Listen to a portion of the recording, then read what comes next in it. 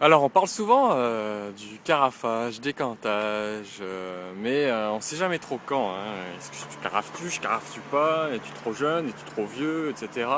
En fait, si on devait prendre un petit peu les bases sur cette thématique-là, tout en fait va converger vers une seule chose, c'est oxygène.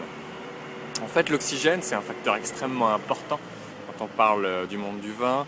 Et à la minute où vous ouvrez une bouteille, vous avez déjà de l'oxygène de l'air qui va faire son effet sur le vin. Alors, l'oxygène, qu'est-ce qu'il fait? Il va décomposer les molécules du vin. À partir de là, les molécules aromatiques vont se briser. Donc vous avez une chaîne moléculaire qui est un arôme. Et cet arôme, l'oxygène, va le casser en deux. Et c'est là que, je donne un exemple vraiment au hasard, il n'y a rien de scientifique derrière ça.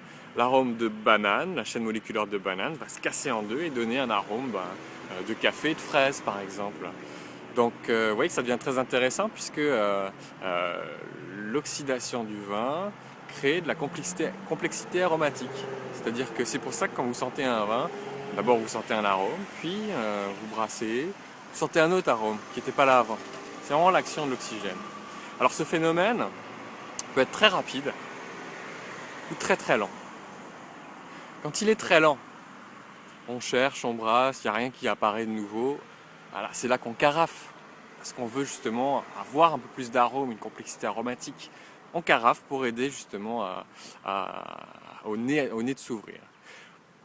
Pour un vin qui se développe très rapidement aromatiquement parlant, très très vite des phases changeantes, on va éviter de le carafer.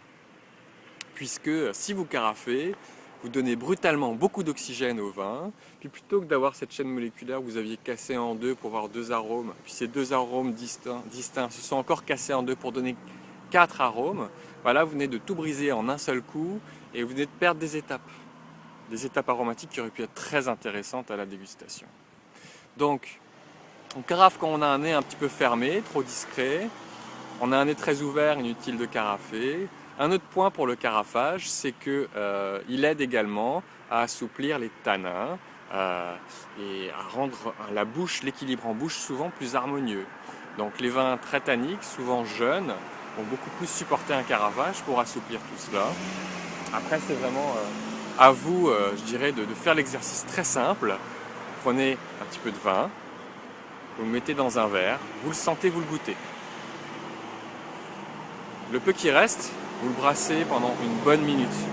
Mais vraiment là, vous mélangez, vous mélangez, vous mélangez. Vous ressentez, vous goûtez.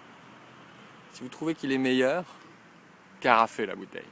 Ce serait le conseil le plus simple que j'ai à vous donner. Après dégustation et dégustation, vous allez vraiment sentir, cerner mieux quand est-ce qu'on carafe et quand est-ce qu'on carafe pas. Bye bye.